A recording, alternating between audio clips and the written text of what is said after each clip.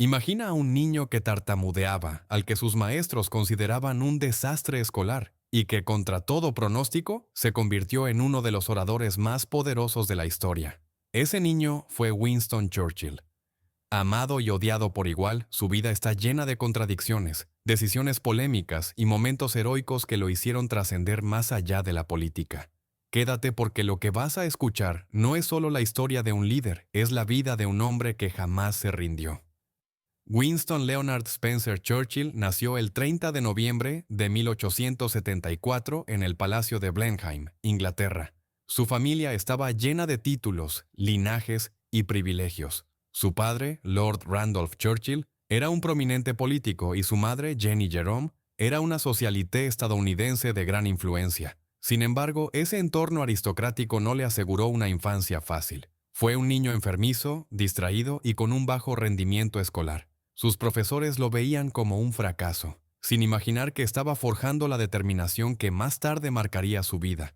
Su relación con sus padres fue distante, apenas recibía atención de ellos, y fue su niñera, señora Everest, a quien él llamaría mi mejor amiga, quien le brindó cariño y apoyo. Desde temprano mostró una fascinación por las historias de guerra, imperios y caballería. Esa pasión lo llevó a la Real Academia Militar de Sandhurst, aunque llegar allí no fue sencillo. Suspendió varias veces los exámenes de ingreso. Finalmente consiguió graduarse y comenzó su carrera en el ejército. Churchill participó como soldado y corresponsal en distintos rincones del mundo. Viajó a Cuba, donde observó la insurrección contra España y desarrolló su hábito del tabaco. En la India, como parte de la caballería, perfeccionó su destreza militar y descubrió el valor del estudio, devorando libros de historia y filosofía en su tiempo libre. Más tarde, en Sudán, se enfrentó en la batalla de Omdurmán, donde presenció la brutalidad de la guerra moderna. Uno de los episodios más fascinantes de su juventud ocurrió en Sudáfrica durante la Guerra de los Bóeres. Como corresponsal de guerra, fue capturado por los enemigos y enviado a un campo de prisioneros. Lo increíble vino después. Churchill logró escapar saltando muros, cruzando vías de tren y caminando kilómetros hasta llegar a territorio seguro. Esa hazaña lo convirtió en un héroe mediático en Inglaterra y marcó el inicio de su carrera política. En 1900, con apenas 25 años, fue elegido miembro del Parlamento. Desde el inicio demostró ser un político poco común, rebelde, polémico y con opiniones que no siempre coincidían con las de su propio partido. De hecho, cambió de filas más de una vez, lo que le ganó críticas pero también admiración por su independencia. Churchill era ambicioso y sabía que estaba destinado a dejar huella. Su ascenso en la política fue meteórico. Ocupó cargos en diferentes ministerios y mostró un carácter fuerte y determinado, pero también cometió errores. Uno de los más recordados fue durante la Primera Guerra Mundial, cuando como primer lord del almirantazgo apoyó la campaña de Gallipoli en 1915. El resultado fue un desastre. Miles de soldados británicos y aliados murieron en la fallida invasión contra el Imperio Otomano. Churchill fue obligado a renunciar y su reputación quedó gravemente dañada. Lejos de rendirse, decidió enlistarse de nuevo en el ejército, sirviendo en el frente occidental en las trincheras de Francia. Allí vivió de cerca el horror de la guerra, una experiencia que lo marcó profundamente. Tras la contienda, regresó a la política y poco a poco recuperó terreno, ocupando varios cargos ministeriales en los años 20. Sin embargo, su carácter indomable y su resistencia a seguir la corriente lo llevaron a quedar marginado en los años 30, en lo que él mismo llamaba sus años en el desierto. En ese periodo, Churchill se dedicó a escribir y a advertir, casi en soledad, sobre el peligro que representaba el rearme alemán y el rumbo que estaba tomando Europa. Sus discursos eran ignorados por muchos, que lo veían como un político acabado y un hombre del pasado. Nadie imaginaba que estaba a punto de vivir la etapa más importante y decisiva de su vida.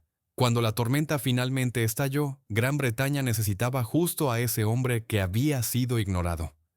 En 1940, en plena guerra y tras la renuncia de Neville Chamberlain, Winston Churchill fue nombrado primer ministro.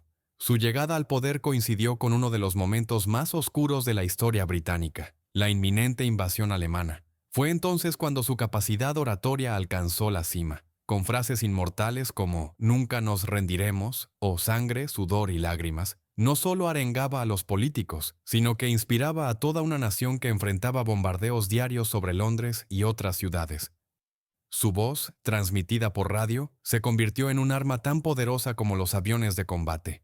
Uno de sus momentos decisivos llegó durante la Batalla de Inglaterra, en el verano de 1940. Mientras los cazas de la Royal Air Force resistían en el aire, Churchill arengó al país con su célebre tributo: "Nunca tantos debieron tanto a tan pocos". Sus palabras elevaron la moral británica y consolidaron su imagen como el símbolo de la resistencia. Churchill no fue solo un líder de guerra, también un estratega diplomático. Supo tejer una alianza fundamental con Franklin D. Roosevelt y Joseph Stalin, formando el bloque que acabaría derrotando al Tercer Reich. Su relación con Roosevelt fue particularmente cercana. Juntos diseñaron operaciones, compartieron cartas y tejieron lo que más tarde se llamaría la relación especial entre Estados Unidos y el Reino Unido. Pero no todo fueron aciertos. Sus decisiones militares y políticas también fueron polémicas. El manejo de la hambruna en Bengala en 1943, por ejemplo, ha sido duramente criticado. Además, muchos consideraban que su visión del Imperio Británico estaba anclada en el pasado, pues seguía defendiendo la supremacía colonial en una época en que el mundo ya se encaminaba hacia la descolonización. En 1945, tras la victoria en Europa, la popularidad de Churchill no fue suficiente para mantenerlo en el poder. Fue derrotado en las elecciones por el Partido Laborista. Sin embargo, lejos de retirarse, siguió en la política y en 1951 volvió a ser primer ministro. En esta segunda etapa su salud ya no era la misma, pero aún así desempeñó un papel crucial en la diplomacia internacional, advirtiendo tempranamente sobre el inicio de la Guerra Fría y acuñando la famosa expresión telón de acero para describir la división de Europa. Además de político, Churchill fue escritor y pintor. Publicó numerosos libros, incluyendo su monumental obra sobre la Segunda Guerra Mundial, que le valió el Premio Nobel de Literatura en 1953. Su faceta artística también sorprendió. En los ratos libres pintaba paisajes, especialmente escenas tranquilas en contraste con la intensidad de su vida pública. Los últimos años de su vida estuvieron marcados por problemas de salud y un retiro cada vez más silencioso. Vivía en Chartwell, su casa de campo, rodeado de recuerdos, cuadros y manuscritos.